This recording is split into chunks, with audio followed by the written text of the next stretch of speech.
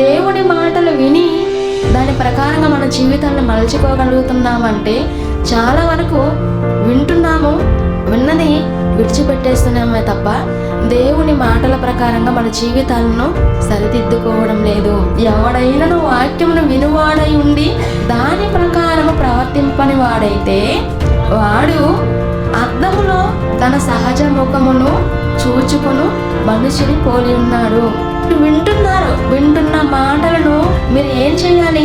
అద్దం ముందర ఎలాగైతే మన ముఖాన్ని చూసుకొని ఎలాగైతే మనం సరిదిద్దుకుంటామో, ఎవరు వచ్చి దేవుని మాటలు చెప్తున్నా బైబిల్లో దేవుడు రాయించిన ఈ 66 పుస్తకాల్లో ఉన్నటువంటి మాటలు ఇవన్నీ కూడా ఎలాంటి మాటలు అంటే అద్దం లాంటి మాటలు.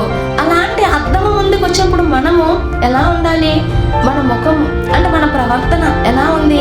దేవుని వాక్య ప్రకారంగా ఉందా, లేదంటే దేవుని వాక్య ప్రకారంగా కాకుండా నేనేమైనా నా ఇష్ట ప్రకారంగా మార్చుకుంటున్నానా అని మనల్ని మనమే పరిశీలించుకోవాలంటండి. మన ముఖం విషయంలోనే మన విషయంలోనే అంత జాగ్రత్త తీసుకొని అంతగా ఆలోచిస్తూ ఇదిగో నేను గ్లామర్ని పెంచుకోవాలని దినదినము గ్లామర్ని పెంచుకుంటున్నారే, మరి వాక్యం దగ్గరికి వచ్చినట్టు మనము దినదినము ఆత్మీయతలో ఎదగవలసిన అవసరం లేదా? ఎదగాలండి.